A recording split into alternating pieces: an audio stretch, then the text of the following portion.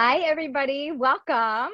We are so excited that you are here. I am Aleeza Ben Shalom, known as the Marriage-Minded Mentor, your dating coach to help you get over your hurdles and under the chuppah. And this is Sarah Kupfer.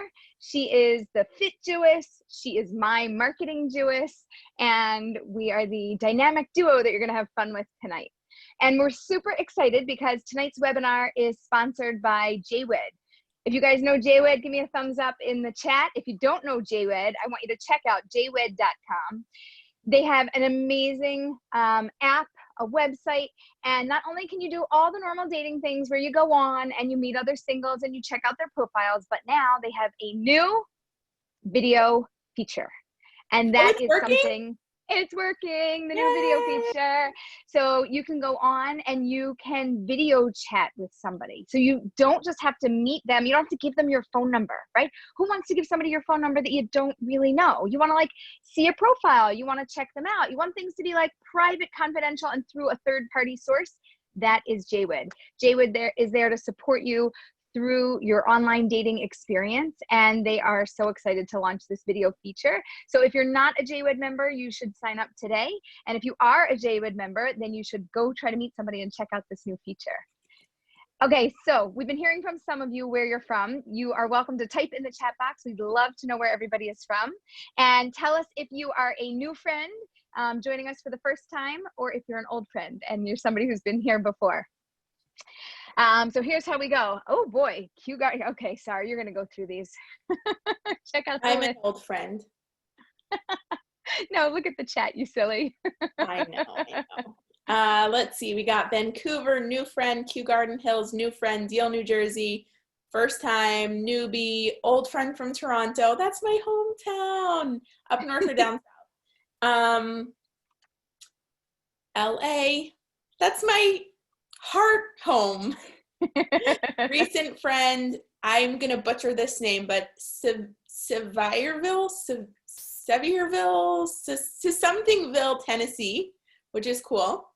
Brooklyn, New York, first timer. Providence, Rhode Island. Palm Springs, old friend. DC area. Toronto, new friend. Philadelphia, new friend. Philly! You need to meet! Aleeza's in Philly. New friend, I'm in Philly. Ballackinwood. New friend from Jerusalem, new friend from Sacramento. Jerusalem, you're up so late. It's 7 hours ahead. Whoa. All right, well, if you don't make it to the end, don't worry because we are recording this. Okay. All right, so here we go. For anybody who's a newbie, this is the routine. What we do is I'm going to give over our 10 tips for this evening and tell you all about anxious daters and how to move through this process a little bit more gracefully. And then after that, we are going to have this live Q&A, and you can ask any questions that you want. Make sure to put your questions in the Q&A box, not the chat box. If you put it in the chat box, Leah or Carly is going to zoom it on over to the Q&A box, and Sarah is going to then feed me the questions. We're going to have a little banter, and we're going to have a little fun. Are you ready? Sarah, are you ready? Ready. Okay, here we go. Okay, so wait, I'm sorry. Sorry. One step forward, two steps back. Two steps back. This is a positive, respectful, peaceful, enjoyable space. So please keep the chat kosher, fun, clean, and a supportive location. We're not into negativity or any poo-pooing, like everybody like on board. We're gonna have a really great time tonight. Okay, here we go. Intro, dating.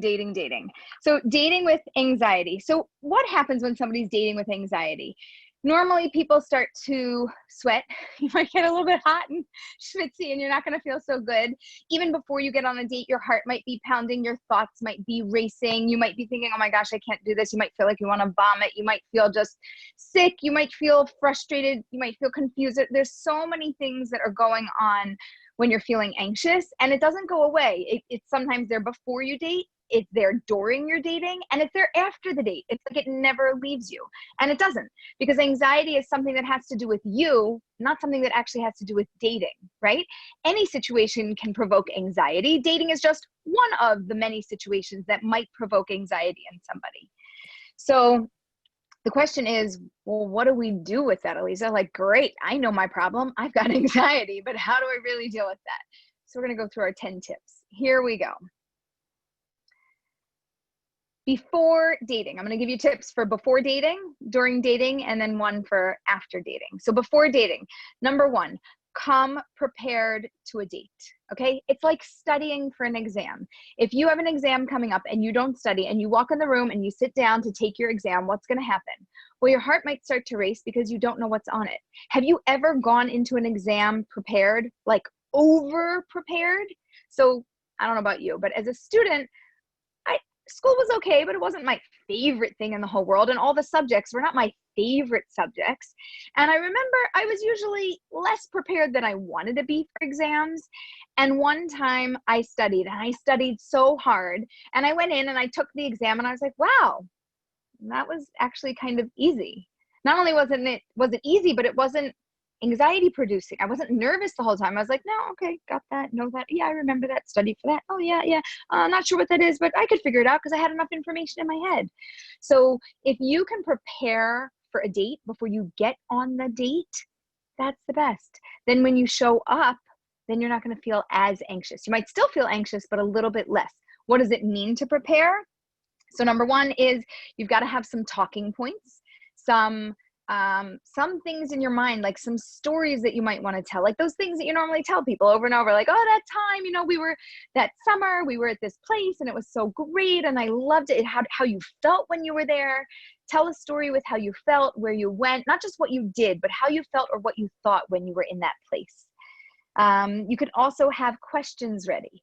So everybody's like, well, what kind of questions? Well, if you need questions, we're going to talk about it because I have been compiling a list, and I think I have a list of like 985 questions that you might just want to know. And they're all different random topics. Some are serious and some are, I don't know, boring, and some are, just thought provoking. It's not anything like about you or personal. It's just stuff to schmooze about. But have some questions that you can just pop in the conversation when there's a little bit of a lull. And the third thing about coming prepared to a date is if you have nothing prepared, no questions, and you don't have these talking points, just get curious about the other person sitting there, right? So like, oh, Sarah, oh my gosh, those glasses are so cute. They're pink. I love them. Where'd you get them? And what, $12. Do you always wear that style? Is that your style? Like, we could talk about glasses. I could talk about her shirt. I could talk about the weather. I could talk about nothing. I could talk about where we're sitting or what's in front of us. Like, just get curious about something. And if you're like, but I don't know, what should we talk about? I don't know either. Getting curious means you have to observe what's around you and figure it out and come up with something. Now, the first time you do it, you might feel awkward. Like, oh yeah, like it's nice outside, right? Good weather. You're like, I hate making this stuff up. I don't know what to do. It gets a little bit easier the more you practice. You might not believe it. I'm really not super outgoing. Sorry. I used to not be super outgoing. I used to be more shy or less likely to be the first one to speak up. I'm still more likely, like I stand back in a crowd, but if I know that I have to be on, then I push myself to be in front of a crowd, but it's not my nature. And I do sometimes get nervous or it bothers me. I'm like irritated and anxious and it just like, I don't want to do that. I don't want to talk to anybody. And I have learned how to do this, and I push myself, like push and push and push myself to be the best person that I can be in that moment. And because I've been doing this now for over a decade, I actually became this more friendly and outgoing person. And I forget that I'm no longer actually not reserved. But Sarah keeps reminding me I'm super friendly and outgoing. So you can change. Okay. So this is all under tip number 1. Sarah. Can I share something? I had an experience once on a date, and I think I remember which guy it was, but I don't even know for sure. But the experience made such an impression on me. This was back in the day when we used to go to hotel lobbies, when I used to go to hotel lobbies, and there was just silence. And I'm pretty fine with silence. Like, silence doesn't make me super uncomfortable, but it just kept, like, there was nothing to say. And there were some flowers on the coffee table, and he was just like, I really wonder, are those real or fake? And honestly, we couldn't figure it out. It did lead to a conversation. And I was so impressed that he didn't my words are failing me, but he didn't just go to like, is it raining outside? Like, it wasn't a weather you know, that he pulled out of his pocket, but he observed his surroundings and he pulled out a question that I was impressed by. I was pretty impressed that it wasn't expected. Let's put it that way. And it made a positive impression. And that's the whole point. Even if it doesn't go anywhere, he made a positive impression on you where you were like, okay, you got a little bit of something to you. And we actually, it did give us something to talk about until, you know, we were able to call it a time and go home. But yeah. Okay, great. Thank you for that example. All right, so number 2, practice self-disclosure. Okay, so people who are anxious really struggle with really talking about themselves or their experiences, or there's many reasons why you don't want to do it, whether you're just like, it's not your thing to share, you're more private, you're more confidential, you don't feel comfortable, somebody might judge you for something you might say. There's a lot of reasons why you might not want to disclose things, but we want you to practice disclosure because we want somebody to connect to you, and they can't connect to you if they don't actually get to know you. And the only way to get to know you is if you help them get to know you.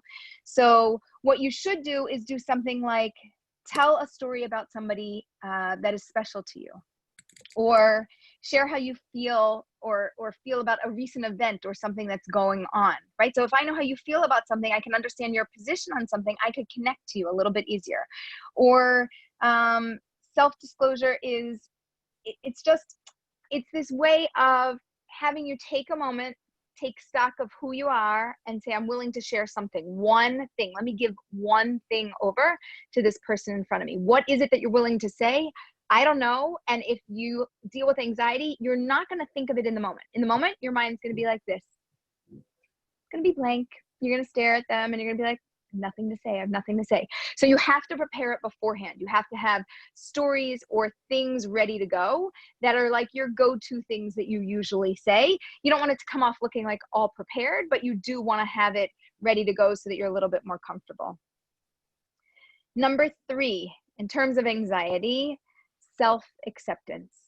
So a lot of the times there's this fear of somebody else judging us and somebody else maybe not seeing who we really are, not understanding it, not getting us, and us not reflecting well. Or we know we get anxious and therefore we know we might not show up to a date great. And therefore we don't accept ourselves because why am I like this? What's wrong with me? But we don't want to go down that rabbit hole. What we want to do is first have you focus on your self-worth. You've got to know what you're worth. If you don't think that you're phenomenal, why should anybody else sitting across from the table buy into you? You've got to be the very first person to buy into you, and then I'm going to buy into you because you know how wonderful you are. You know your positive traits. Now, I'm not saying to ignore the things you don't like about yourself. Everybody's got a list. Things that they love about themselves, things that they can't stand about themselves. I have it about me, you have it about you.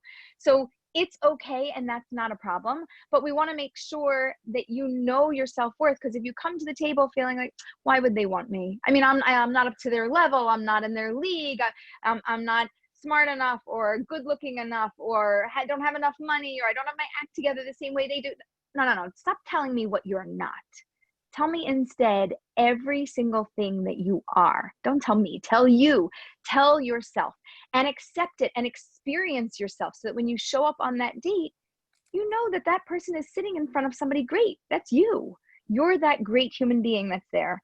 So start with self-acceptance, and you have to quiet this inner critic that is just constantly judging you. Quiet it down, quiet that voice. It's going to be there. It might never, ever, ever go away. That's okay. But you want to quiet that inner voice that is just judging you, because it's not going to do you any good in dating.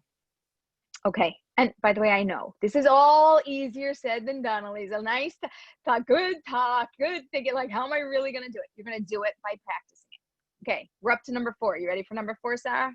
Ready. You're ready. Okay. We are going to help you deal with your anxiety and your jitters by practicing relaxation techniques. I'm going to give you 4 options for relaxation techniques. If you don't like any of these 4, Google relaxation techniques and email me. Tell me a technique that you like. Number 1, deep breathing. Full deep breath. In through the nose, out through the mouth. I want you to do that 10 times. No hyperventilating. If you're doing it too fast, you're going to hyperventilate. So just Slow, deep breathing. It's best if you do it at night when you're just as you're going to sleep.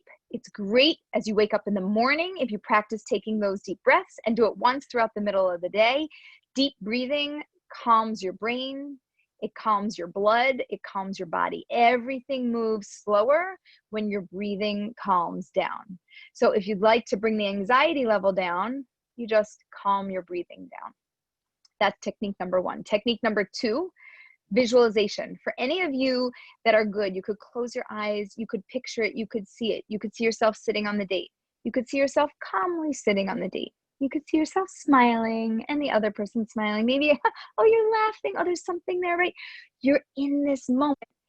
Visualize that moment. Get into that moment. Feel that moment and rehearse it. Just like a runner is going to rehearse his run before the race, and they're going to practice it in real life, but they're going to visualize it too. Visualization is an excellent, it's a tongue twister. It's an excellent technique for helping to move you through anxiety. It's not perfect, but it's just one of a few techniques. Number 3, for any of you yogis out there or anybody who likes meditation, meditation does often involve visualization or deep breathing, but meditation is even deeper than that. It is just taking whatever state of consciousness and chaos that you are in and slowing your brain down. So it's not your breathing that you're slowing down, and it's not the visualization that you're focusing on, it's calming down your thinking. And you probably need a lot of time for that, a comfortable space. Maybe you're sitting down or laying down, breathing deeply, relaxing, or whatever posture or position, and meditating, and probably closing your eyes and just shutting out the world and trying to calm down your inner world. The last thing is journaling. And I've had clients who love journaling. For any of my clients who are, they get anxiety, but they're also my thinkers, they love journaling because they basically do a brain dump. And anything that's swirling around and making them anxious, they put on paper. And then once it's on paper, it's like it released. It just like it got out of their brain, it got onto paper. Like it's still there. That imprint is still there, but the noise of that thinking is not there any longer. And so journaling is an excellent thing to do. I would also tell you to do that on a daily basis, usually at the end of the night, so that you can just download all of your thinking, get it out of your head, and move on, go to sleep, wake up with a new day. All right, that's number 4, which is practicing all of these relaxation techniques. Now, number 5, we're going to talk about actually being on the date. So number 5 is, the hardest thing in the world. Be yourself. That's the key, right? So what do I mean by that? If you're anxious, when I'm telling you to be yourself, I mean, stop trying to be somebody else. Stop trying to be somebody that your friend or relative told you should be. Don't be like this because you're like this. Don't show up like that. They show up like this. Okay, but I can't because that's not me. When I try to be like this, it feels weird. So I'm coming off as somebody who's not me. It's like I'm an actor and all of a sudden the me of me disappeared. So don't be somebody else on a date. If somebody else doesn't like who you are, no problem. Thank you so much, Clarity. You're not for me. Bye-bye. See you later. Adios. They're not for you. It's not what we really want. So don't worry about how somebody else is viewing you. The way that they're viewing you is how they see you through their lens. And either they're going to see you as soulmate or not. And if they're the right person, great. If you're not the right person, you don't need to be somebody else. It still won't work. It's only going to work when you're you and they're them and everybody shows up to the date. Aleeza, Mm-hmm. I just want to add a point here because I know we've spoken about in other webinars the idea of, like fake it till you make it in certain aspects and bringing, flirting, even if it's not comfortable for you, and bringing different aspects of yourself out. Yeah. So I just want to clarify that what you're saying here is not be someone that you're not. And what we were talking about before is, again, also not be someone that you're not. It's pull out the best parts of you and the parts that you want to put forward, even if it's a little uncomfortable. Obviously not uncomfortable to the point where you're like, this is not me, they are not getting the right impression, but right. uncomfortable given the situation, given the scenario is okay, right? Right. Like, it's not normally you, right? It's like, it's who you maybe wish you would be. Like, it's like, it's this part of you that you're like aspiring towards, but you didn't get there yet, but try to pull that part of you out, even just for today, even if you're not regularly like that. Yeah. Thank you for the detail. It's spot on. Okay. Number 6. Here's a great way to get over anxiety. Focus on them, not you. Get out of your head, get out of your space. Put your attention on them. Focus on who they are, what they're doing, what they're saying. Be in their moment and get out of your head. When you're in your head, your brain is going to swirl with thoughts. When you put your focus, like if I sit here and I look at Sarah and I'm not thinking about me, and I'm thinking about, oh, is she paying attention? And is she with me? Am I entertaining her? Is she having a good time? Right? If I'm focused on if she's having a good time, then I'm not worried about the thoughts that are going in my head, because my attention is placed there. So if I, it's like a distraction technique, and it's also a great way to focus on somebody else and not focus on yourself. So focus on them, really listen to what somebody's saying, hear them. Don't think about what you're saying next. Listen to what they're saying. Be so absorbed in that moment that you are just in sync with what they are saying. And also, when focusing on them, focus on their nonverbal body language. Look at their smiles, look at the eye contact, look at how they do their hand gestures and their movements. Like, pay attention to every fiber of their being. Be in that moment with them. Okay, that's number 6. Ready? Ooh, this is a long list. 10 is long. Number 7, we are going to have you tap into your physical senses. So when you are feeling anxious and the thoughts are swirling in your head, we need you out of your head, okay? So you can smell. What do you smell? What's around you? Anything? Somebody cooking something good? Does it smell like there's a fire burning? Like, oh, just use that to tap you into this moment of where you are. Or hear, what are you hearing? Oh, the birds are chirping outside. Oh, it's so lovely. Oh, I hear the ocean, right? Or, wow, that's a noisy place, right? Like, something. Tap into your senses and be present in that moment through your senses, and then jump back into the conversation. And here I thought you were going to talk about EFT. EFT? Tapping. Oh. I don't even know how it works. I just bought my first book on it, but my friends who are using it say it's like life-changing. So I don't know. That could be another technique that's worth looking into. I'll have to Google it. Yeah. Okay, fantastic. Number 8, find fun together. Okay, so this is hard on a first date. It might be hard on a second date. It might be hard on every single date. But a great way to not feel anxious is to feel relaxed. And a great way to feel relaxed is by having a good time. And if you're having fun and doing something together, that can create a moment. So you either want to keep the discussions light, happy topics. You want to avoid asking things about traumatic or negative events that have been going on. That just like tanks a conversation and raises anxiety. And you kind of want to be playful. You want to just grow the interaction and just lean in a little bit to have a good time. Even if you're feeling uncomfortable, like, bring out the best of you and the best of them to build this fun together. I know this one's hard, so I almost feel bad telling you to try it. I actually like it, and this reminds me of something coming from a more right-wing community. When I first started dating, I remember I was not a fan of the hotel dates, hotel lobby dates, just not for me. Put me in Dave & Buster's, and I was happy. I had a good time because there's enough distraction, and we could do, like, it's more active, it's less intense, and it's less, I don't know, I found that it's less anxiety filled. And I know a lot of people are not super into it because, you know, it's what's the point? It's just, there's too much distraction. You can't really focus on each other.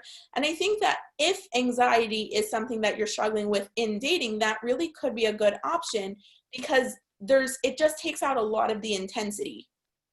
Obviously, if you don't like Dave & Buster's, don't go. But if you're the kind of person that likes it, or bowling or whatever, I feel like that's a good way to make that fun. Great.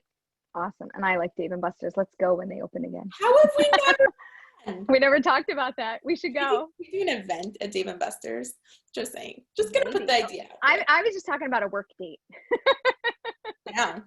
Down. Okay. But I just feel bad leaving everyone out. So that's why I'm pitching the All right, you're all invited. We're going to do Dave and Buster's when they open up, eventually. We'll keep you posted. We're renting the whole thing out.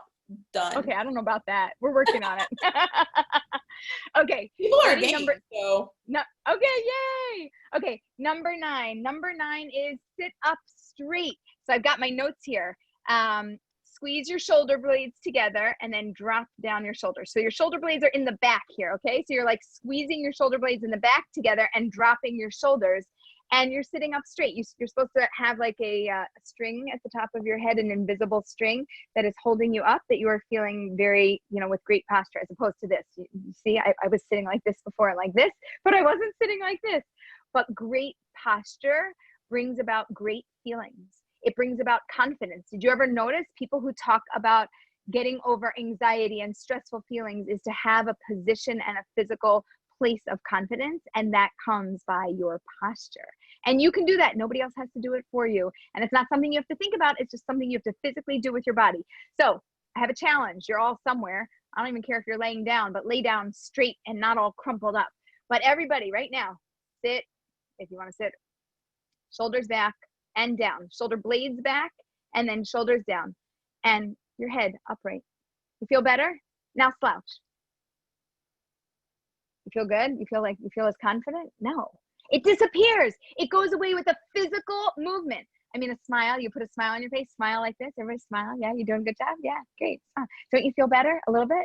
Yeah, you do. Don't tell me you don't, because it's true. You actually feel better.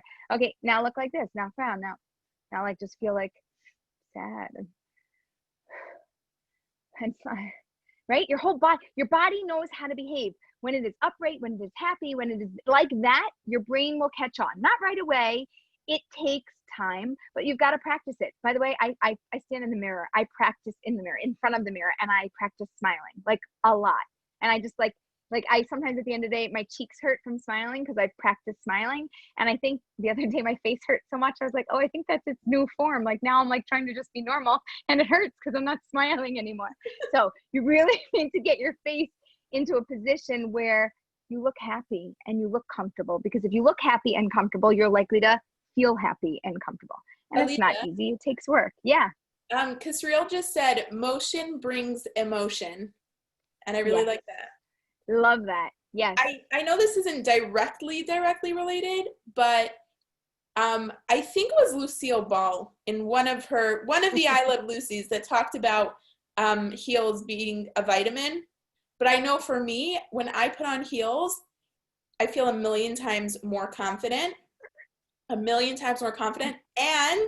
I feel so much better because it literally fixed my posture. I can't stand in properly when I'm in heels. So I'm standing upright and straight. If I ever feel like, I will wear heels to a business meeting, to a date, to whatever, to lessen that anxiety.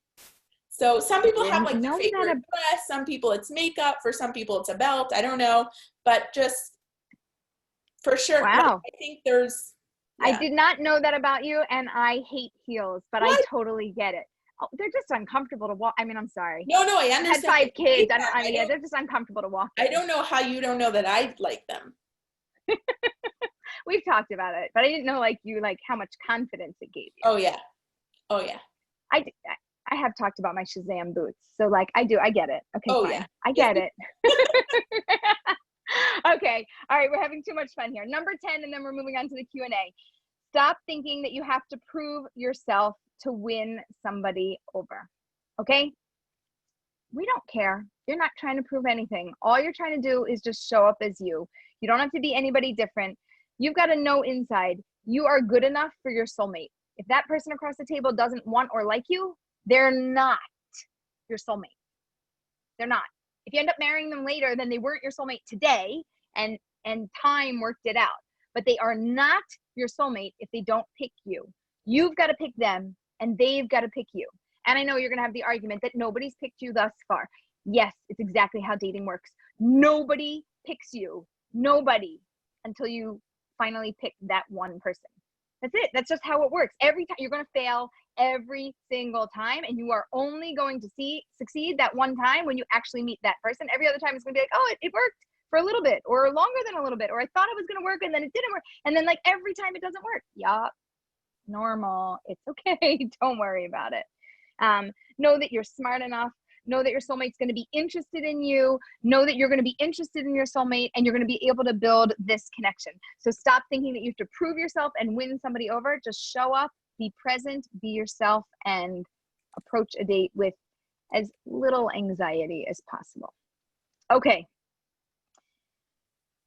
I think I got through my list. I'm looking to see if I have any other notes. Okay, fantastic. Are we ready for the Q&A? Who's ready for the Q&A? Pick me. Sarah's ready. So here we go. Alrighty, so I'm going to start with a bunch of questions that came in from those of you who submitted your questions in advance. And just a quick point that if we don't get to the question that you submitted, most likely it's because it's not relevant to this specific topic. And likely we covered it in a previous webinar, all of which are available on the website. Carly, could you just drop a link to the other events? All right, let's start with this one. Why do we get anxious? It's your brain. Your brain makes you anxious because we have lots of thinking, and it's not always that like, oh, you're awesome, you're fabulous, you're going to meet your soulmate today, everything's going to go great. If you had that kind of thinking, you would go into the world every single day and you would just win every day. But it's the thoughts in your brain that are like, no, you're not good enough, you can't do that, why do you think you could get him or her? They're never going to like you. It's all the thinking that's either negative or circular thinking that talks you in or out of things, or that you get confused with it. All of a sudden your brain is doing all these things and your body doesn't start to feel good, and your palms are sweaty and your whole body is sweaty and you're uncomfortable with yourself and you can't even like handle yourself. It's your brain. Your brain brings on anxiety. You could, let's just say stress and anxiety could be brought on from somebody else, doing something that would, make you feel that way, right? You could be somewhere and something doesn't feel safe and you start to get nervous, right? That's an instinct. That's an instinctual anxiety. That's not anxiety, right? There's self-anxiety that I do to myself, and there's provoked anxiety from the outside world that brings it on to me. And you have to be able to moderate your thinking and slow it down or turn it off or change the station. And it's probably one of the hardest things in the world to do, but you can do it. Where there's a will, there's a way. How do you know if someone that you're dating is anxious because of the date, or if they actually have anxiety, I guess clinical anxiety? That's a really good question. You're not going to know in the beginning, because somebody who shows up anxious is going to appear to be anxious, and you just won't be able to tell. And often what happens is people who have anxiety are uncomfortable on dates for a much longer period of time. So somebody who doesn't have anxiety but is just nervous in the beginning, by the third date, they're just with you, they're present. That, like, whatever you saw on that first date is gone. It just doesn't exist for them. That was just situational anxiety. But for somebody who lives with chronic anxiety, you're going to see that for the rest of your life. That's just a part of their makeup and who they are.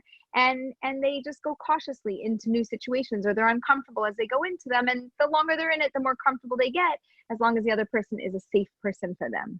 So you're going to see it last so much longer. You won't know in the beginning. All right. What type of personality traits in another person would you suggest for someone who is anxious? What personality traits in another person? Yeah, you got the question. Okay. So I love people who are calm, easygoing, non-confrontational, not provoking, right? Like, you're not looking for those people that are argumentative, difficult, they get things heated, they get things riled up. You're not looking for somebody who's like over the top with energy, like they're always excited about everything, and it's just like, it's gonna just be not a speed that works for you. For anxiety, we need somebody who has just a more even-keeled temperament, so that you can don't hang out with Sarah. Yeah, but somebody with a more balanced temperament would be great. Awesome. How do I know if I come off as an anxious dater? right. So like you might think you're not anxious, but you might actually appear or look anxious. So I've seen people, because I, meet people in person or through video or over the phone with my clients. And some of them are anxious daters. And so you see them and they're like doing things, they're like, like playing with their face or like they're always, like, oh, just constantly doing stuff with their hair, or you see like they're like fiddling with their hands and they're like or they're holding a pencil and they're like shaking it back and forth or rubbing their legs or their foot is tapping and moving. There's usually this, like emotion, right? So there is this motion that comes along with the anxious emotion, and you usually physically see it. So the way that you would know if you're doing that is to observe your body. It might be hard for you to do, but observe your body. Are you sitting there calm? Are you relaxed? Are you able to just be there present with them without moving and kind of like having focus and doing something? Or are you moving some part of your body? What are you moving? Do you normally move the same thing? Like people have their habits, like this one like bounces their knee and that one, does something with their hands. So observe your physical motion to find out if your emotion is anxious and coming through physically. Awesome. This question is coming from a shadchan. As a shadchan, should I be saying something to the date in advance if my client is nervous about a first meeting? Okay, so for all the matchmakers out there, if you're dealing with somebody who does deal with anxiety and is stressed about dating, 100%, you should absolutely talk them through this. Even if you're not a dating coach, even if you're not a therapist, even if you're not any of these things and you're just a matchmaker and that's what you're doing, you do need to talk your clients through this because they've got to show up the best on this date. And what you should do if you don't know what to do, you can either take tips from this webinar or Google it. Just Google dating, anxiety, stress, relief, and see what comes up. And try to pull out your top 5 tips that you like to tell your anxious daters. If somebody who's anxious walks away with one tip, by the way, from tonight, if you have one takeaway, one single takeaway, one golden nugget, you're good. Implement that in your life. You're going to be okay. They need tools and they need something to do in order to shift the behavior that's happening. Awesome. What if someone is dating someone who's anxious about dating and marriage? Should that person even be dating at all? Okay, so somebody's having anxiety about dating and marriage and they're uncomfortable with the whole thing. Should you be dating? I want to say maybe. I'm like, on one hand, you might be anxious about it for the rest of your life. And so like, yeah, you should still be dating. If you're like, if we got to the best that we could get to, then yeah, you should still be dating. If you're at like, you never really worked on this, then I would work on this because this is your own fears in a relationship. And that anxiety isn't going to go away no matter who your partner is. It's not like, oh, I'm going to find the perfect partner and that anxiety is going to disappear and then I'll be fine and then I'll get married. No, you're going to meet that perfect partner and you're going to feel anxious and the whole thing's going to feel uncomfortable and you're going to be like, oh, and it's still there. Is it really the right person? Wouldn't it go away if it was the right person? Nope, that's you. It's not going away even when it's the right person. So don't count on it to disappear. Just get yourself to the best spot that you could be in, build yourself up, and then start dating. If you're already in the midst of dating, so build yourself up as you're dating. We'll work with you wherever you're at. Could we take it to the next step? Because I know you've said to me before, and I've heard from other dating coaches and college teachers and married people that feeling of like, is it the right person? Is it not? Let's put it this way. It's normal if it never goes away. I mean, if they get married? Yeah. And they still feel it? Yeah, there are people who still get married and they're like, I think that's the person for me. I mean, I'm pretty sure. I know I married them, but I'm still, right? I'm on board, but I'm not like on board. Some people, when you deal with anxiety, those feelings don't disappear just because you got married. It's definitely not a cure for anxiety to get married and just say, oh, well, that's my person, so I guess I'll feel fine. For some people, they have to be with somebody for a significant amount of time, 5 years, 10 years plus. And then they're like, yeah, well, I mean, I guess that is the person. I mean, maybe there could have been other people, but I guess that's the person. It doesn't disappear because it has nothing to do with that person. It has everything to do with you. It's because inside of you, you're not feeling settled about that. Right. I'm actually going to ask a follow-up question that just came in. I've heard Yes. that from some people who are married that when you're dating the one, you don't feel any anxiety, just more of a peaceful feeling. Is this true? And how can you determine if the anxiety is a bad sign about a potential match? It's not true, unfortunately. So again, it has to do with you. If you're a person that feels anxiety, you will feel anxiety. Probably, you'll most likely feel anxiety when you do meet the right person. How do you know if it's anxiety and it's like, you know, just your anxiety, or if it's a sign that this isn't the person for you? You have to date them for a longer period of time, and you probably should work with a therapist to sort out the emotions and the thinking and the feelings and what's really in a relationship and what's blocking you. Because again, the fears, that's all on you. That's within Right. you. It's, Sarah knows we have this whole system, this clarity system that we've been beta testing, and it deals with, one of the things it deals with is fears, and fears don't go away no matter who you're dating. Aleeza, correct me if I'm wrong, and maybe, I don't know if this is just my experience or this is common, but I don't think the two are mutually exclusive. Like, I know when I was dating my fiance, Aleeza and I laugh about this all the time because I'm like her ideal client in terms of how my brain works. If any of you have watched The Good Place, my brain is like Cheaties when it comes to like, is he right for me? Is he not? What about this? What about the other thing? Like just a million back and forth and yes and no's and whatever. But I also had, and Aleeza, I know I've told you this while Aleeza is my dating coach. There's no other way I would be engaged right now. I really did have this really peaceful feeling that came from a very solid emotional connection and comfort. So I don't think the two are mutually exclusive. No, but do you normally have anxiety? Like, do you normally feel like, are you normally an anxious person? I'm not super anxious. I definitely have my moments of anxiety. When I'm dating, my brain always works that way. But when I'm dating, I never had that peaceful feeling with anyone else. And I'm pretty comfortable with everyone I dated. I was always comfortable, but I never had that, that like, just sense so that's your experience, and some people feel that, but not people with higher levels of anxiety. I've had clients, they walk down the aisle with tons of anxiety, even though they maybe somewhere deep down know that this is the person. They walk down the aisle with tremendous anxiety, and it doesn't matter. It's not that that's the wrong person.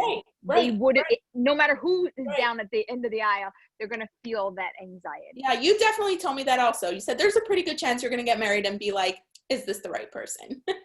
So I think the point is just, I don't think there's a right way or a wrong way. And if you aren't feeling something, I don't think that's necessarily a hard line indication of anything. I mean, if you live with anxiety, it's not, because the anxiety masks what's really there.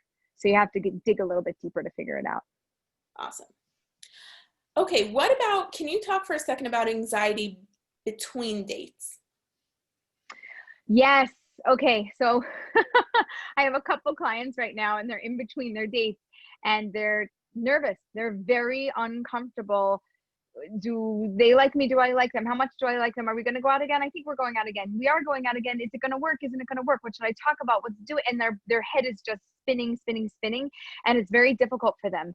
So what we need to do is, first of all, when you get off, like the way I like to date, or to tell people to date, this is like to get rid of the thinking part of it, is you're just going out again until you can convince them, when you're working with me, until you can convince me why this person is wrong for you. You're just going to keep dating. I'm not saying they're right for you. I'm just saying if they're not wrong for you, you're going to keep going out with them. So there's no decision to make. You don't have to say yes, no, maybe, no. It's yes. It's always just going to be a yes until you've got an outstanding reason why it's a no.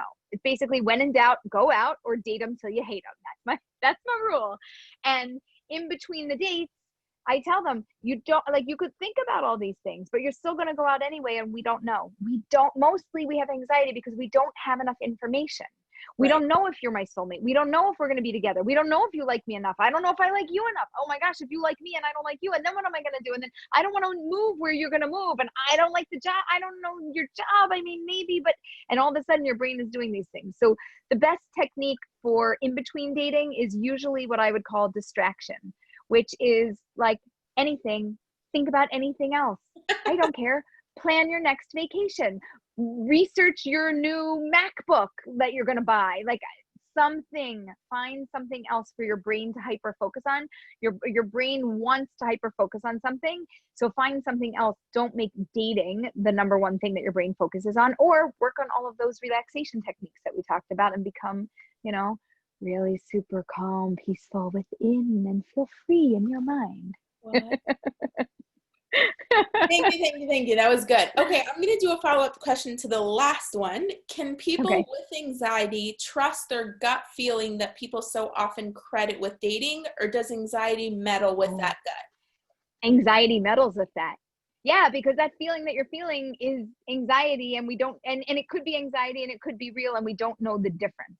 So yes, it 100% meddles with that. I'm not saying don't trust yourself, but when I'm working with my clients who are anxious, we work really hard to differentiate between anxiety and you make me anxious, right? I don't want to date you, or I'm feeling anxious. There's a difference between those things. And we work really hard to get to the root of that. Awesome. All right.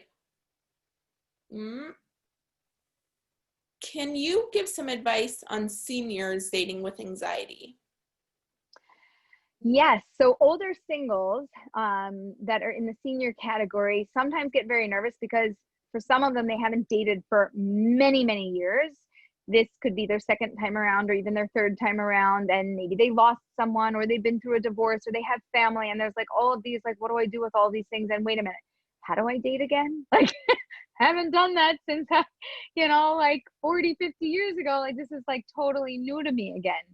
So in terms of dating, first of all, you probably had pretty good dating techniques back then because the world was a different place and we weren't all caught up with technology. So you could trust yourself that anything that you learned back then was probably a really good dating technique. And I would tell you, don't get caught up with technology. Sometimes seniors have a really hard time with the texting because the tone and the meaning, and all of a sudden somebody's typing in caps and it looks like they're yelling at you and you're like, wow, man. And then they're like, don't get caught up with all the technology. Try to just get out on a date. And then when you're on the date, you might feel nervous or uncomfortable, but know that you're going to bring so much to the table. You have so much wisdom from your life experience, and you're looking for a partner that's there to meet you on the road, and just give it a go, and just try to bring the confidence of who you are and who you've become to the table, because you have a whole lifetime and you have so many stories that you could share, and there's so much there. Like, there's so much of you that you can share with somebody else, and just give somebody else a chance and get to know them. Awesome. Thank you. If you are in the middle of a date and it's not going anywhere and he's making you anxious, how do you cut the date short? Oh, I don't think I'm feeling so well. I think I have to go. I'm so sorry. Okay. Bye. Yeah. Bye. Get out. You don't feel good. They're making you feel uncomfortable, or nobody's making you. You're feeling uncomfortable being in their presence. You don't have to stay. You don't have to stay. If it happens with everybody, go get a therapist. If it happens only with some people, then you can trust yourself and you don't have to stay. You could say you're not feeling well. You could go to the bathroom and then say you checked your messages and there's an emergency at home. I'm okay if you have to have a story to back you up to get out of it, because I know if you're anxious and you have that type of personality, you're not going to just say, I don't want to be here with you, I need to leave.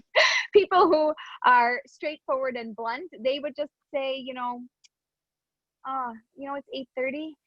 I know we've only been here for 20 minutes, but I think I've had enough and I'd like to go home. So wow, people who are straightforward and blunt, and I never had the guts to do that. Never. They're totally people who do that. And they're like, and they would be like this, you're a really great person. I mean, it's just not for me, but you're good, right? But I would like to go now. I don't want to stay here any longer. They just say that. I could never say that. Tara, who says she's blunt, she could never say that. There's no way that you're going to be able to say that. So I'm okay if you just say, and by saying I'm not feeling well, you're not feeling well. If you are feeling anxious in their presence, that's a true statement. I am not feeling well. I need to go. That's a good point. Emma, that's a really good point. I am not feeling well in your, right? Yes. One of my things is like, I can't lie. Yeah, I don't like lying. I want it to be true. But you have to, yes. Oh my gosh. Oh my gosh, how did I not Right? think about that 10 years ago? Right? Aleeza, Right. now that it's I too mean, late for me to use it, but okay. now listen, there are people who like, you know, if they were in a location, they might like excuse themselves to the bathroom and just never come back. But I think that's rude. I think you could at least face the music and just say Yeah. something. Yeah.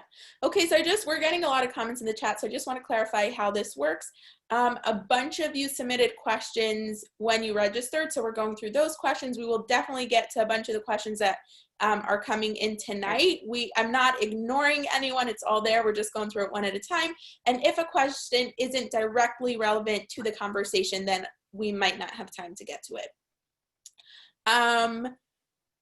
I'm normally anxious on dates. How do I break the ice naturally without having to act like a stand-up comedian? I like that one. I don't know who asked that, but that person has personality. And you're probably funny. No, you totally do not need to be a comedian on a date. You just need to be comfortable on a date. So the way to break the ice, start, right? Motion, emotion. Start with a smile. Just smile. Even if you don't like your smile, even if you're not comfortable smiling, you have to start smiling more. Put a smile on your face. That's the first thing. And then to break the ice, we talked a little bit about it, asking questions, getting curious. Like, you got to get the conversation going, because if I sit there and I just look at you and you look at me and you say nothing and I say nothing. Awkward. Really awkward. Like, what are you going to do? Like, seriously? Like that's all there is between us? No, there's got to be something between us. What's between us? What comes out of our mouth, our words. Those are the things that are between us. So we have to build a connection through that. So get curious, ask questions, tell a story about yourself, and build the bridge. Awesome. I want to go back to the last question because someone made a really nice comment, and she said, instead of trying to leave early from your date, stay, get to know the other person, and then set him or her up with someone else. And obviously, if you're the kind of person super anxious and you need to get out, get out. But if you can and you're comfortable staying, I think just even having that idea as an option where you can turn that switch in your brain from, oh my gosh, I need to sit through another 45 minutes minimum, to, who can I set it? Let me get to know this person a little bit more. I think it becomes a lot easier to kind of stay present in that situation. Yes. And while you're there, you may as well practice your dating skills, because, you know, you're not going to be with them anyway, and you're going to try to set them up with somebody, and you should still just practice being on a date, being present, and releasing your anxiety. So the way I took the question, though, was that the anxiety was enough that they needed to leave. It was very uncomfortable. No, I understand that. All right. If I am too in my head to lead a conversation well on dates, would doing role play, drills, improv with myself be a good way to prevent that or improve that, I guess? Yeah, I would 100% start with that, and start just doing it on your own, just sitting there and doing it, and then do it in front of a mirror so that you can see you're talking to somebody else, which is just your reflection, and just practice having a face, your own face in front of you. And then when you're ready, start having conversations with friends, try to build this, you know, conversational flow, and get things moving. But if you're comfortable to do it with yourself, by yourself, just do it, because you might be more uncomfortable to do it with somebody else. Some people like to rehearse and do it on their own, and then they just, you know, get in front of somebody live and do it, as opposed to doing it with somebody else. Yeah. I just want to add, as that person, for me, it's with sales calls. I think we spoke about this on virtual dating, but I will avoid role playing because it makes me so uncomfortable. And I know that even though it makes me uncomfortable, if I do it, I will be a million times better when the real moment comes. So just if you know that role playing with yourself is going to do it, great. But if it's just uncomfortable, push that comfort a little bit. It's okay to be uncomfortable, because you're going to feel so much more confident when it comes to the actual date. Right. All righty. Let's get to some of the questions that came in tonight. Q&A. I actually really like this one, and I'm good. You really like everyone. No. Just FYI, every time we get off the call, get off this webinar, Aleeza's like, you can't say you like every question. Because she does. She's like, oh, that's a good one. Oh, I like that. No, I'm saying, because everybody asks great questions. Right. Okay, so this isn't 100% anxiety related, but it is very, very timely. So I'm going to ask it anyway. With regards to bringing up current events, this week we are in a culturally charged environment. What to say when the other person brings up politics or culture that is the opposite of my views? How do I maintain the conversation without this topic becoming an immediate deal breaker? Yeah, you just tell them, like, forget it, deal's off. If we start talking about this, I'm not gonna like you. So let's change topics. No, just kidding. I mean, I've done that, but not on a date. Right. Right. I think you kind of have to agree to disagree and say, like, I'm so happy, like you brought that up, and it sounds like we really have very different views on this, and we'll probably have to agree to disagree, but I hear your point of and for me, I see it a little bit differently. I see it like this. And, I don't know if we should really dig into this, or, if this is going to get us anywhere on our date, or if we should kind of keep our, politics or our views separate and maybe schmooze about something that might help us to connect a little bit more. On dates, we're really looking for points of connection, not points of disconnection. So it's not going to get you very far in the beginning of dating. Later on, as you're like getting into real topics, yeah, you're going to have to talk about real topics. But in the beginning, I don't know if you're going to want to like dig in when you have such opposing views, because then you look at them and you're like, you don't think the way I think. You're not for me. And then all of a sudden, a great person, because of one view about one thing, might not be for you. Now, it might be a telltale sign that the whole picture, I get it. But we don't want to write somebody off so soon. Yeah. Just on that note, I know multiple couples who have significantly different perspectives when it comes to politics, and they make really good couples and really good life partners, and you just don't get into it that much. You couldn't have it if somebody was a politician and you had opposite views, right? So like that's a boundary. I feel like this is probably not a very PC comment, but I don't know if, never mind. I don't know how anyone could date a politician. That just everybody's there. I've had clients and they're into politics and like it's their thing. Now they have to have somebody who's on the same side. Right. But they're deeply passionate people, really passionate people. Yeah. What if a person is anxious about liking the person they're dating because they're nervous it'll get real and then it will lead to something great, and then they're afraid of change that's so different from the regular independent lifestyle? Basically, they're afraid of that next chapter. Yeah, that's a problem. You should be blessed. You should all be blessed to have such an amazing problem of not feeling comfortable because you might be dating somebody who's fabulous for you to be with for the rest of your life. Everybody say amen. Okay, so what do you do about that? So you have to sit with it. You really have to sit with it and know that you are sitting in front of a great human being who you really connect with, and you like them and you hope that they like you, and you're just gonna slowly move through the motions. What I like to do is chunk everything down. So what we're gonna do is hyper focus on this date, and when we're done with this date, I'm okay if we think about the next date, and then after that one, the next date. I'm not going to have you jump with your thinking 2 months or 3 months or 6 months or 2 years ahead, because it's going to make your head spin. How long are we going to go through individual dates? Probably at least until date 10 or something like that, or 7. Like you really have to get further into the dating. Now it depends on, where you're dating in the Jewish spectrum. Some people at 10 dates, they're getting engaged, and some people at 10 dates, they're just becoming close and liking somebody. But really, you have to be in a relationship for a significant period of time where you can finally let your thinking go a little bit further. You have to have enough of a foundation where I like you, you like me, and there's actually something here that's mutual before I want you thinking ahead. Because thinking ahead without it being mutual just means I think, and that's going to make your brain crazy. When we think this, then I don't mind if we jump ahead a little. And then, through coaching is how I help clients get through this step by step. But break it down. It's like in school, you chunk information so that you don't get overwhelmed.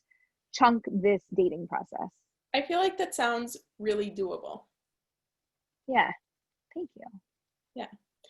All right. If you are the type that gets anxious on hotel lobby dates, how can you let the guy know beforehand so we can take you on a more relaxed Dave and Buster bowling type of date?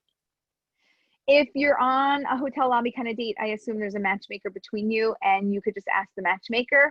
Or if you don't have a matchmaker between you, then you may just want to say, can we do an activity? But if they're the hotel lobby kind of people, they don't do activities on first dates. So, yeah. I was just going to say, I think obviously knowing the situation is the best way to know how, like, gives the best setup for knowing how to approach it. Because I know when I was doing hotel lobby dates and I hated them, not necessarily, they weren't necessarily anxiety inducing, I just didn't like them. And Right. I said, you know, like, can we do the Dave and Buster's? The message I got from all the people around me was like, that's just not done in our circles. And I think that if that's the message you're receiving and you can say, here's why, it's not about, I want the prize, and it's not about, I want to feel cool. It's about sitting in the lobby makes me anxious and I'm not putting my best foot forward. Right. This would Right. be helpful to me, could really just shift the perspective on things. And then it doesn't become about, oh, it's, you know, it's the thing to do, so you want to do it, but it's, this is going to help me in my dating process. So I just think sometimes laying all the cards on the table and explaining why you want to do something makes a very big difference than just asking for what you want. Right.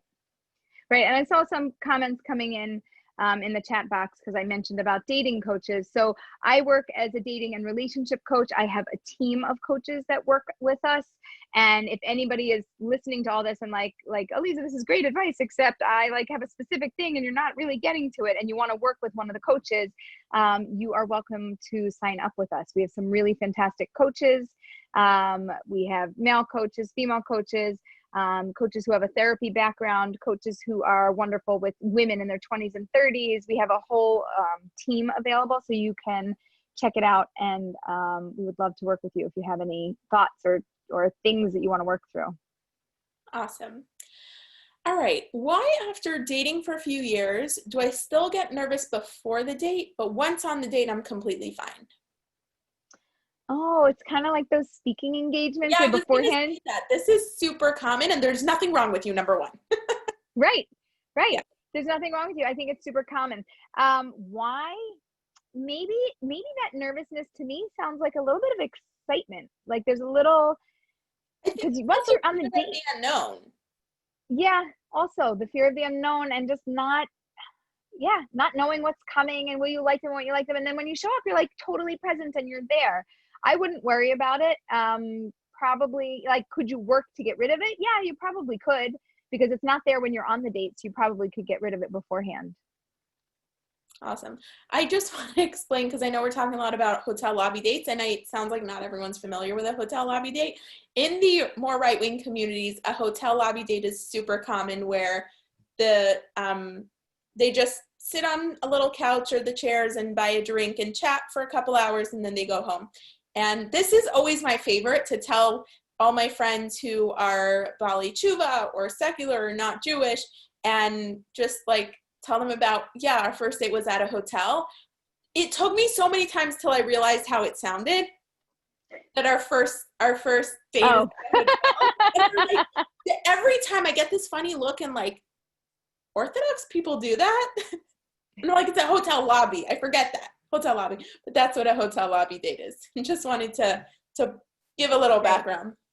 Right. And there's people on this call from all backgrounds, secular, religious, 20s, 30s, 40s, 50s, 60s. We cater to all ages and all backgrounds. And so if you hear different comments for different communities, we have a variety of people that are here, and we love our singles. Can I say that? We just love our singles. Wait, while you're coming up with the next question, I just want to say thank you to everybody for coming and for being here, because we absolutely love what we do, and having a place, an online place to do this, has been really special for us during this time. And we've gotten a lot of feedback from everybody that it's been really wonderful for them as well. Yeah. All right. When a girl first says no to me, then had a change of heart and said yes, you know that on that date she'll have her antennas up more strongly than usual. How do I navigate that atmosphere? Oh, you should be sparkly and fantastic. You've got to be fabulous. No pressure. No, it's true though. You really do have to sparkle, because if they said no, if you never went out and they just said no based on information, and then you go out, they're still gonna like want to see, you know, what makes you you. And really what they want to see is not just you. They want to see what's between you. It's not you that they're judging. It's that space between the two of you. Is there something there? Is there energy there, or is there nothing there? That is simply mind-blowing, or mind-blowingly simple. Like that. I like that. That's right. And that's it. So yeah, you are gonna have to put on a little bit of the show, but it's not about you. It's about that connection between you, which might make you even more nervous. Sorry about that. Thanks. Alrighty. How do you know if you're cerebral enough at the current point in time to date? I think I just Googled that, so I hope I got the question right, but I think that was in reference to the drama queen comment that was going on in the chat. Basically, how do you know you're not drama queen or drama king too much and that you can date? Okay, sorry, that came out all wrong. I have no idea what you're asking. It was a follow. I think it was a follow-up to the question about the anxious person. What kind of person should an anxious person look to date? And we said someone a little more even-keeled with a little bit of mellower temperament, which based on my Google search right now, I think is what a cerebral, what that term refers to. So I think now I realize I don't even understand the question. It was, how do you know if you're cerebral enough at the current point in time to date? But I don't think you have to be. There's nothing wrong with, we all need our drama queens and our drama kings. And I think it's just a matter of knowing what is the right match for you, right? I still don't really understand the question. Okay, so if that was your question. Ask it again, because I didn't catch the nuance of it. And I might have butchered it, who knows? Why is eye contact on a date so challenging? And how can I get better at it? Okay, so look, the eyes, they're the windows to the soul.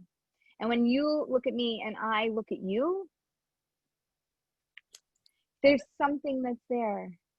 Like to see and to be seen, to really see somebody and to be seen by somebody is something that hits a really vulnerable spot. And so to look at you and to hold eye contact, you hear how I'm talking even slower? I'm like zoning in, because that's what it feels like. It feels so intense. It feels like there's a moment happening, and I might not even like you enough to want to have that moment with you. I don't want to share my eyes with you, and I don't want you to look deeply into my soul, because I don't know if I like you enough to do that with you. So it's difficult. Why? Because I'm not ready to give me to you, and I'm not ready to receive who you are.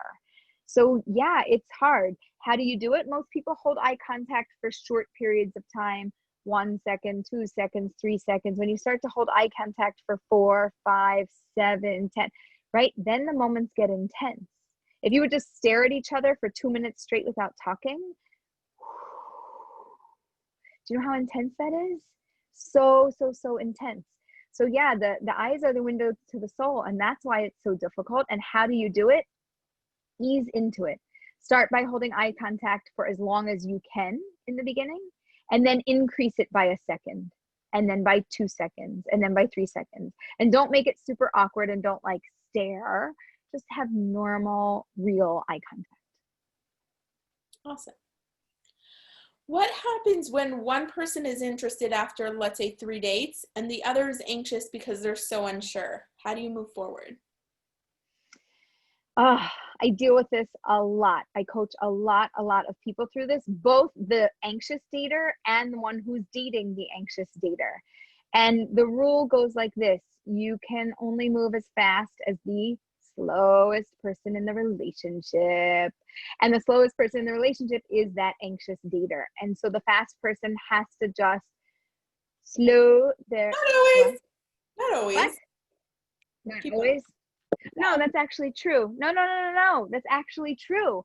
No, I have somebody who's an anxious dater, and they're in a relationship, and they're like further along. Okay, so you have to move as fast as the slowest person, whomever the slowest person is. and just slow the pace down and give that person time to catch up. And we know you like them, and that's good. We don't want you to be overly anxious. Don't put all your cards on the table and be like, hey, I like you, I'll just wait until you come around. So not appealing. Just play the game and play the end, like throw the energy back and forth, give them a chance to ask you questions, get curious about you, have you open up, get them to open up, and just build the connection. Yeah. Awesome. Thank you. I hope it's okay if I share this, but based on this and another comment you made, I was definitely the anxious dater in my relationship. And I know that I was ready to get engaged way before he was. But a big part of it was, I'm so anxious. I just want this to be over. I think it's the right decision. I know in my gut it's the right decision. I wasn't super anxious, but anxious enough to like. But you weren't sure, which is what we got to. You just wanted that feeling to go away. Exactly. And Aleeza kept telling me, you can only go as fast as the slowest person in your relationship. And so I'd go like, okay, now can we get engaged? No, but seriously, you told me, Aleeza, that the time is, and this is something you said earlier tonight, that the time is really going to ease that anxiety. And by the time we got engaged, there wasn't any of that, yes, no, let's just get engaged and be done with it. There really wasn't. I was like, yeah, this is good. This is right. And yeah. So it took longer than you wanted, but when you got to that point, you felt good. So happy. I'm so happy we took as long as we took, which isn't super long, but from the community that I come from was a pretty long time. I think my bottom line is, if you're feeling anxious, just hire Aleeza.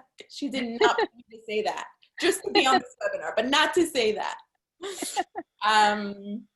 All right. The rule of it is, if you're feeling anxious and you don't know, just keep going out. Just keep going. Just as long as the other person is willing, and ask them, stick around. I don't want you to go anywhere. I need a little bit longer to move through this. Yeah. Is there a typical way to break the ice at that first moment when you haven't yet connected? You mean meeting in person? Is that what you think? Right. So meeting in person, again, like motion and emotion. So your motion, it's got to be your body. So it has to be your posture, and it has to be your smile, and it has to be that you are not just fidgety there, and you're calm, and that you say hi. And the other way to do it is make sure you have enough oxygen and air to get words out. Because when you're feeling anxious, you start breathing really shallow. And when you go to say something, you practically have to take a breath every time you're speaking, because you just didn't take in enough air. So take in enough air to fuel the words that you want to come out and say something. And say it with a strength, and say it with confidence, and just say something, anything to break the ice. Even just hi or hello. You can drag it out. You could say it fast. Hi, right? I can't even say anything good. Or hello, or oh, nice to see you, or nice to see you, right? Just do it. Get it out however you can, and keep things moving. And then if really you have no idea what to say and you just can't do this and you're not good, pray. Just pray that the other person knows what to say, and that they pick up the conversation and they get it going for you. Just pray. Prayers work all the time. I actually wanted to add, someone put that when you were going over the 10 tips. Yes. I might have missed this from you, but someone did put in the chat that praying is one of those things that she finds calming and relaxing. And I think that's a really good one. Yeah. What do you do if the man is anxious about finances and wants to keep everything separate? Yeah, I kind of have mixed feelings about this. So yeah, run. Somebody says run.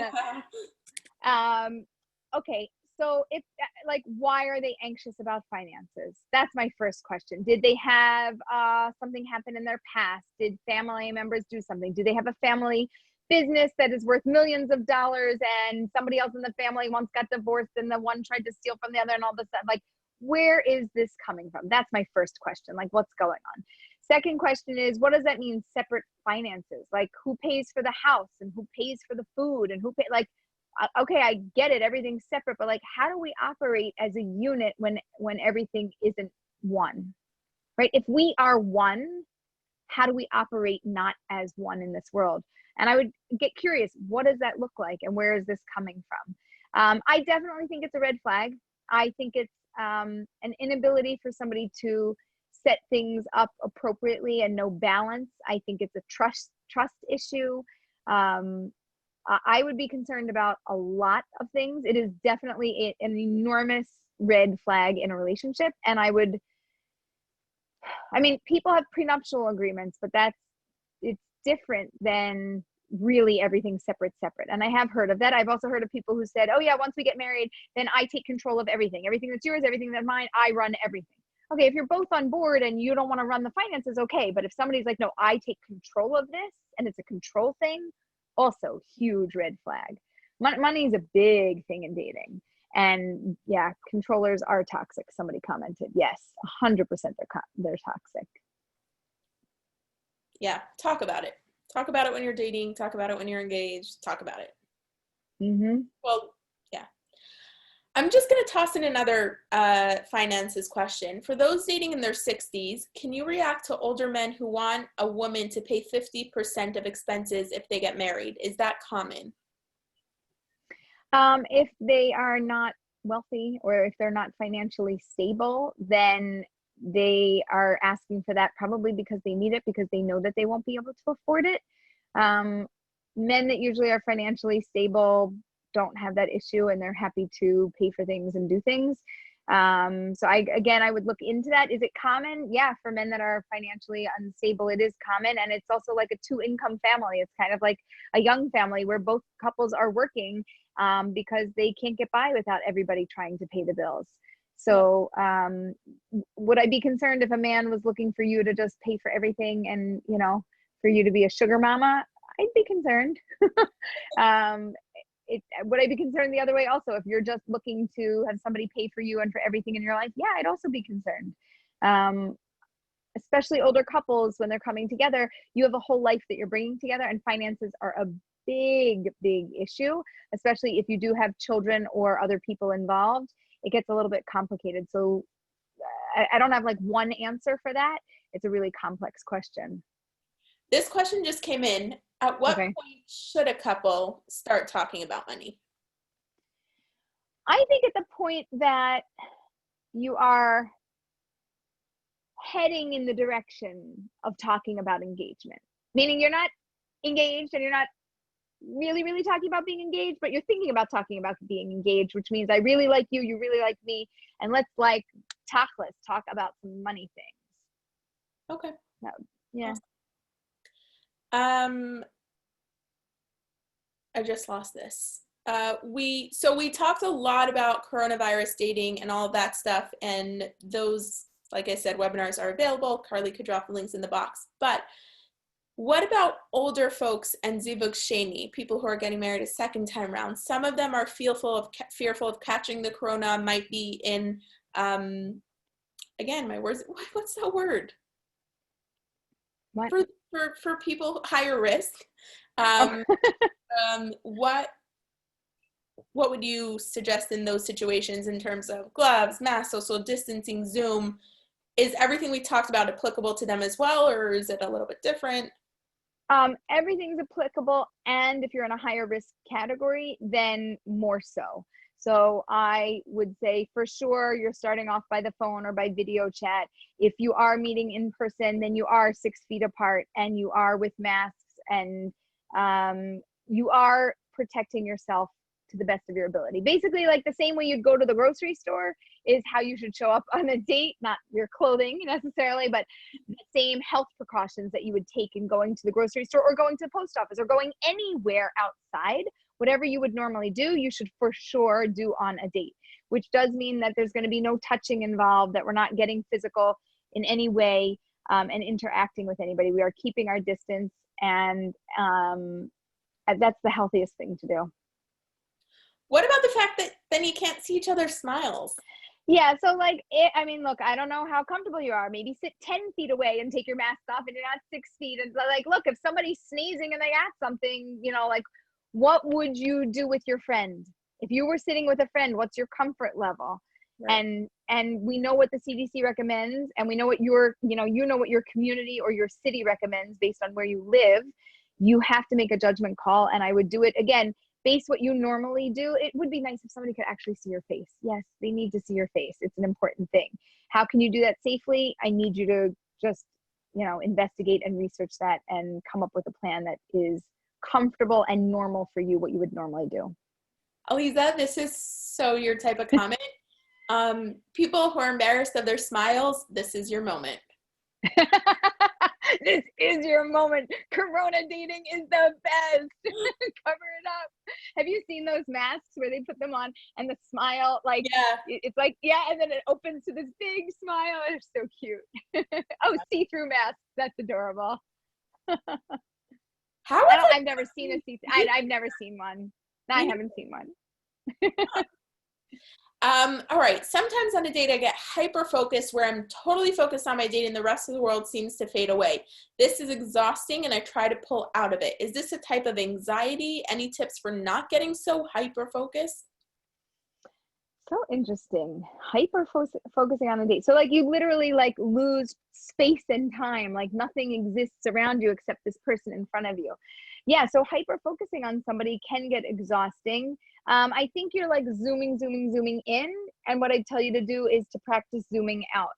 And to be conscious of that. So the way to zoom out, I'm going to give you a tip. Get yourself up, go to the bathroom, take an eye contact break, take a moment to just do your own thing, and come back, and hopefully that will just reset you so that you could tap into the world around you and not, it is good to hyper focus on somebody, but not to the point where it exhausts you. Awesome. Although, wait, I just have to say, like now, like specifically today, like taking a break and going to the bathroom, there's like no public bathrooms available. So I don't know what you should do now. This is, ish. It's a little complicated. Yeah. I mean, like if you're in the park on a date, like where else are you going on a date? Right. Maybe in some parts of the country, some of the, or some parts of the world, some of the restaurants and places are open-ish. Okay. We got 3 minutes. I want to pull in 3 more questions. This is a different kind of anxiety, but what happens when a friend makes you anxious because she's playing coach and shadchan at the same time? She won't take a no easily, and she's just making it difficult to come to a decision. Ooh. Yeah. So common though. Right? So first of all, you need a different coach. You need somebody else who can help you talk out your thinking. That person should be your friend and they should be your matchmaker, but they shouldn't be your coach, because you need somebody outside of her to help you process your own thinking, because she's not leaving space for you to exist in this. She's got too much invested. She loves you. She loves this idea and she wants to see you happy. And so therefore she's trying to push it ahead. I'm saying she as if it's for sure a she. It could be he. Okay. But you need to find somebody else to process your thinking with, so that you know what you are thinking, so that you can make a decision that's good for you and not a decision that's forced by her or him. Awesome. Since we're talking about money before, who does pay for a date? We don't have to get into this deep because I know you've spoken about it before, but when you're just getting to know each other. Yeah, so I like it when the man is a gentleman and he pays for the date. It makes me very, very happy. When women start paying for a date, it just doesn't feel the same. When people split a date, it's like, why'd you bother going out? Like, are we not going to become one? Are we not going to be a couple? Are we not going to bring together like us? I need you to step up and pay for the date. And ladies, even if you are like gung-ho and like, I could do it on myself, you can live alone. You can do everything on your own. But if you want to interact with another human being, let them take you out. Let somebody take you out. It's like, maybe it's a little old-fashioned, or maybe it's not. Maybe it is just a lovely custom and tradition for a man to take a woman out, and for a woman to feel like a lady, and for a man to feel like a gentleman. And maybe that's a part of the process of building love and connection and feeling good about another human being. And in order for somebody else to be a giver, you have to be a receiver. So ladies, it's not about giving and paying for a date. You want to give to him, give him the opportunity to pay for you. That's the true gift. Yeah. No, it's interesting how much of this is cultural. Like I definitely offer to pay on dates. I usually let, the first few times let them. I know I learned, Aleeza, I learned. You know I'm a good learner. You know I'm a good learner. But back before I knew you, and typically at this point in America, men are aware enough to know if a woman offered, like, whatever. But dating someone from a different country with a different culture, he just looked at me like I fell from the moon the first time I tried to offer. And he's like, but why?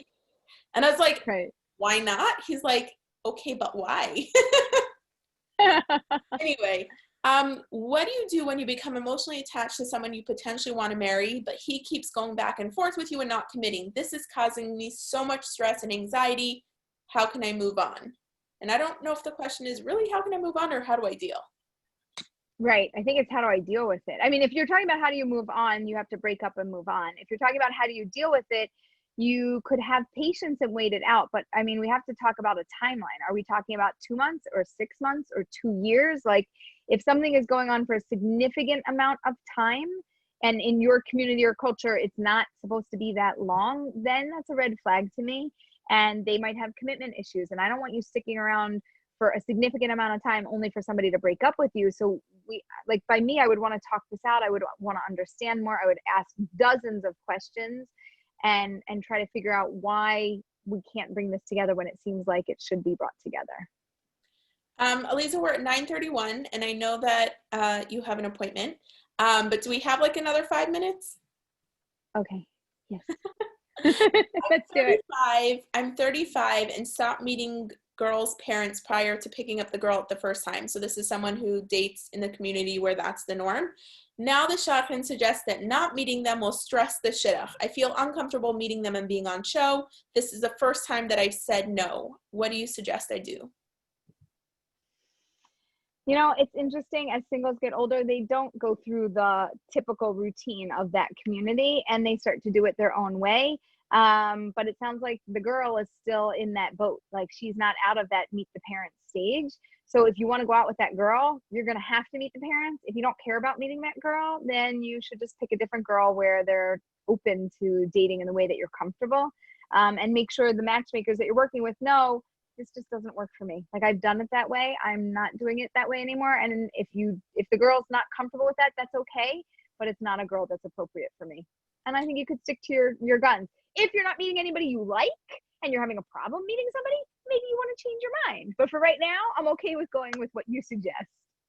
And I want to add to that, sometimes it's the shadchan style and not necessarily the girls. So correct. Yes, know also who you're working with. And if you're getting the feeling the shadchan is not going to be on my side in terms of the way I want to move forward, think about working with a different shadchan, and you might not run into that issue. The girl might or might not be in that stage, but they might be open to not meeting, just with someone who has experience helping navigate those kinds of scenarios.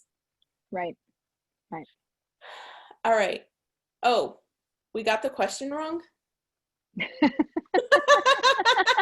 Well, so glad we answered the question that somebody didn't ask. What's the real question, Sarah? You got the question wrong. The girl first said no to a date, then changed her mind. By the way, she's a great girl. That doesn't help me understand the question. You have like 30 seconds to retype up that question. In the meantime, Aleeza, do you have any tips for LGBT people? So, a tip like different for anxiety? I don't know. It's like I would imagine it's the same, right? Yeah, in terms of anxiety, I think that people are people, and we just have to deal with ourselves as we're coming to dates and coming to relationships and working through things. And really, there has to be just a lot of inner work to get very comfortable with owning who you are. And when you are comfortable in your own skin with who you are, then I would say it's appropriate for you to show up on a date with that smile, being just present and there. Yeah, and someone just added, there's always anxiety when it comes to dating someone of the same sex. I I can't speak from experience. So this isn't, it's not my area of expertise. I usually tell people like this isn't what I know best. And I don't actually have the right person to refer you to, because we're actually looking like to find a leader. About this. There's not, there is a community of people that are working on this. So you could email us and reach out, and I will try to put you in touch. Alrighty. My anxiety about coming off as adult often leads me to being a lot quieter and shyer than I normally am. How do I get over that initial anxiety and have enough confidence to just jump in with both feet? You kind of have to do a little bit of a mind game and pretend that you're with a friend. So like when you're with your friends, you show up more. And when you're on a date, you just go back into that quiet, shy person. So you kind of have to pretend like we're friends. We've been friends for a long time. I can do this. And you have to just like, it's a little bit of a mind game and a mind shift. It's really important that you stay in touch with yourself and you bring out that side of you that you have. You use it elsewhere in your life. You're just not using it in dating. Just transfer that over to dating. Someone just said have a drink. LOL, just kidding. But actually, I've met friends who that worked for. Not kidding. If it works for them. If it works for them. Yeah. All right. One last question, which is actually not exactly about this, but can different mentality or cultural difference be a deal breaker? No. I was going to say yes. What? At least I don't know now. No. Can it be a deal breaker? Oh, yes, yeah, but it can also not be. Yeah. Anything can be a deal breaker. Yes. It can be a deal breaker. And as Sarah can attest, she's engaged to somebody who is just from totally like culturally like different. And she's like, Aleeza, really? How's it going to work? And I was like, well, we're going to have to decide if it's going to work. I still don't know. It's going to work. No, but for her, it's something that works. It's not something that works for everybody. So the answer, can it work? The answer is maybe. Will it work for you? Maybe. Does it work for some people? Yes. Does it not work for some people? Yes. I just gave you every answer, so that really gave you no clarity. I'm so sorry. Incredibly, profoundly helpful. Thank you for sharing. Way to end on a good question, Sarah. Come on. The follow-up is, could we have a webinar on clarity or dating others from other cultures? So that's something that you'll have to think about. We'll let you sleep on that. Ooh, okay, fantastic. Okay, so we are going to wrap things up here. I am so happy that you guys came on this webinar, and so grateful to JWed who sponsored the webinar. If you don't know anything about JWed, or even if you do, you should check out jwed.com, because you are going to, or the JWed app that you can download. And on that app that you download, guess what you can do now? Video chat like this. You can see their punam, you can see their bright and smiling faces, and you don't have to give them your phone number. So it's totally private in that way, where you can connect with them, schmooze, type, text, talk, and then be like, hey, like maybe we should video chat. And they'll be like, yeah, I'd love it. And you click video chat and poof, you're there live with them, which is really fantastic. So check out the JWed app and sign up. We also just want to welcome you to the Marriage Minded Mentor community. For anybody who is new, we are a bunch of dating and relationship coaches. We love what we do. We are deeply passionate about helping singles get over their hurdles and under the chuppah. And if you don't know us and you're like, hey, wait, I want to work with you, or I don't know you, maybe I want to work with you, or I think, that's fine. Go to marriagemindedmentor.com, click coaching. Sign up for a 15-minute intro call. It's free. It's on us. We want to get to know you. You want to get to know us. Let's schmooze. We have fantastic coaches. I'm going to just tell you about a few of my coaches. Well, maybe all, because there's 5 of them. So besides myself, there is Reagan, and Reagan works with women in their 20s and 30s. So if you're in your 20s and 30s and you're like, man, I wish I had a great coach. She has a warm personality. She is so engaging. She deeply cares about singles, and she's great at helping people navigate through the ins and outs of dating, where you're like, I don't know, what about this? What about that? She loves to help you figure things out. If you're like, oh, you know, I'm interested in like personality analysis, like who, like more about me and what's really good for me, then you're going to want to talk to Leah. Leah is actually in Israel. So if you're an American, you're like, why does she have 2 a.m. available? Because she's in Israel, but you'll see all sorts of times on her calendar, and she will do a personality analysis. It takes 90 minutes to do it. So either do, you know, 2 sessions for 45 minutes each, or 1 90-minute session. And she will tell you all about you and all about what type of personality would be great for you to work with. And if you're looking for a male coach, then you're going to want to talk to Michael. He actually lives in Philly with me and Reagan. And he is really, he understands people. He has a family therapy background, and he loves working with people through the technical process of dating, like how you're doing it and like getting it right and not wasting any time and answering questions about all this types of stuff, anxiety and stress through dates and just how to navigate. If you're looking for some deeper work, Alana works with us, and she is, in addition to being a therapist, and having a family and a therapy background, and even more than that, she also has worked as a matchmaker, and so she has the matchmaker, coach, and therapy view, and she loves digging into deep work. So if you're looking for somebody to come from a coaching angle but to do some really deep work, Alana would be a really great fit for you. And Shira is temporarily on break, but she's going to be coming back to us soon, so you'll stay tuned. And then there's me. I work with singles of all ages and all stages and all backgrounds.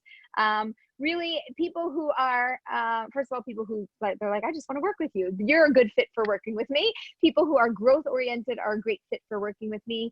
Older singles, older could mean, by the way, if you're in one community, it means 23. If you're in another community, it might mean 63. But older singles, I'm great with older singles. I'm also great with anybody who's got any like complicated stuff. Like if you're like, you know, Lisa, you never heard of this. It's like, it's really complicated. Yeah, try me. I've heard of a lot of situations and dealt with a lot of different things. And I'm a great navigator and problem solver, and just have the patience to work with people through the process. I've also had people who say, like, Aleeza, like, you have all this energy. I said, yeah, this is my camera energy. If you have a more calm and easygoing, I'm going to match your energy. In terms of energy, I'm like a chameleon. I am not just me and I am who I am and you are who you are and like you have to match me. I will match you. So I will move at your pace through the dating process. I will match your energy through the dating process. And we're all here to help you get over your hurdles and under the chuppah. And we'd love to see more of you. We actually got a great question here. Do you need to be in a relationship or seeing someone to work? No, you do not. I mean, if you're in a relationship, we could help you, but I love working with people before you're in a relationship, because we can work through all that stuff that trips you up in a relationship now, and then we can also help you find a great relationship. Instead of finding like all the Mr. or Mrs. wrongs, we can really like zone in and find Mr. or Mrs. right. Yeah, that's my favorite. And for those of you asking about tonight's replay, it will be in your email inbox, God willing, Sunday morning, along with the information for next Thursday's webinar. Okay, wait, let me just tell you also, for anybody who's new and doesn't know me, I also wrote a book, which is called Get Real, Get Married, Get Over Your Hurdles and Under the Chuppah. And it's on Amazon. If anybody wants it, you can just, you can go to Amazon, you can go to my website, there's a link to get it. There's really practical tools and tips that are in here. And, oh, I don't have a copy of Leah's book. Leah, who does the personality analysis, wrote a book called Point of Connection. And it's also on my website. And you can pick up a copy of that there. That's some pretty deep, intense work. And if you're into that, it's like a Jewish perspective on a personality analysis. It's super cool. Are you spilling the beans about the thing? Okay. Okay, let's do it. I'm just asking. Okay, you guys are the first to know. Are you ready? Oh my gosh, I'm so excited. I know, me too. Okay, I'm finally writing my next book, and the book is called I'm Virtually Yours. Perfect timing for that one. It is a crash course in distance dating when you can't meet face to face. And I have an enormous team, an amazing, phenomenal team that is helping me. Sarah and Carly and Ira and Alisa that are going to help me get through this whole thing. I have a book club that is coming up in August because we're going to release the book and then have like this interactive book club, which is going to be phenomenal. So you're going to stay tuned. I'm so excited about that. And yeah, you're going to just start to hear like a buzz about it. So please pass the word around. Oh, thank you. Yay. You like the title. Yeah, I'm virtually yours. Yeah, we're coming up. Soon you're going to see the cover. I'm working on that with Joanna. Yeah, I'm really excited. Oh, thanks, Star, for bringing that up. That makes me feel good. One last question. Do you coach men? Oh, yeah. So Reagan works only with women. Everybody else on our team works with men and women. And I have a ton of male clients. Actually, the men come to me and they're like, listen, tired of paying for dates and getting this wrong. I'd rather pay you and get this right. Let's just do this. And I tell people, like, listen, just stick with me. Hang around with us. If you hang around with us, our clients just tend to get married. It's just what happens because we hyper focus on dating and relationships and making something happen. It's what I eat, sleep, and breathe is relationships. And making sure that you're in a great one is something that is very important to me. That was one of your selling points when you wanted me to work with you. Lisa I did. I said to me, she's like, I'm just telling you, if you work with me, you're gonna get married. I know, and it's annoying because you guys all get married and then you have less time to work with me. I always work with singles because I love you, and then you go get married on me and you become too busy. Yeah, but you love it. I do. It's true. Alrighty, let's call it a night. Fantastic. Thank you, everybody. We'll see you all next week. Please join us live next Thursday at 8 p.m. We'll let you know what the webinar is about. Good night. Bye.